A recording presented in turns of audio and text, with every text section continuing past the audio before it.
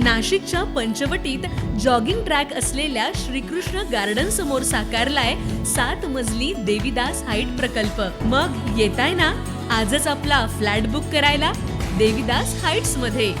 आमचा मोबाईल क्रमांक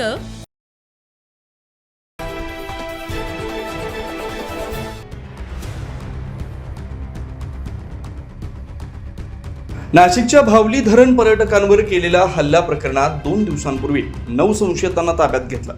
काल दुपारी या 9 जणांना इगतपुरी न्यायालयानं 18 जुलै म्हणजेच 3 दिवसांची पोलीस कोठडी सुनावली आहे। सरकारी पक्षानं न्यायालयात संशयितांनी पूर्वनियोजित कट रचून गुन्हा केला असल्याचा दावा केला। गुन्ह्यात वापरलेली वाहनं, हत्यारं तसेच फिर्यादींकडील मोबाईल आणि सोन्याचे दागिने जप्त करणं बाकी असल्यानं पोलिसांनी त्यांना 7 दिवसांची पोलीस कोठडी मिळावी अशी मागणी न्यायालयाकडे केली होती। दोन्ही बाजूंचा युक्तिवाद ऐकल्यानंतर न्यायालयानं त्यांना 3 दिवसांची पोलीस कोठडी मंजूर केली।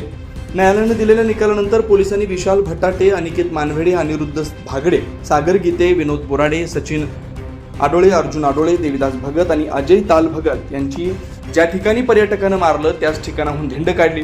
इगतपुरीकरांनी पोलिसांनी केलेल्या कारवाईचं स्वागत केलं। सध्या 9 जण पोलिसांच्या ताब्यात आहेत। कैलास बागडे, आकाश भोयर आणि तुषार कोड हे मुख्य संशयित अद्यापही फरार आहेत।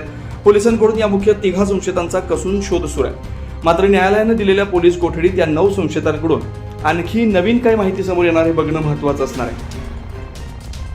9 न्यूज महाराष्ट्रासाठी प्रतिनिधी इसाक कुरेशी, इगतपुरी, नाशिक।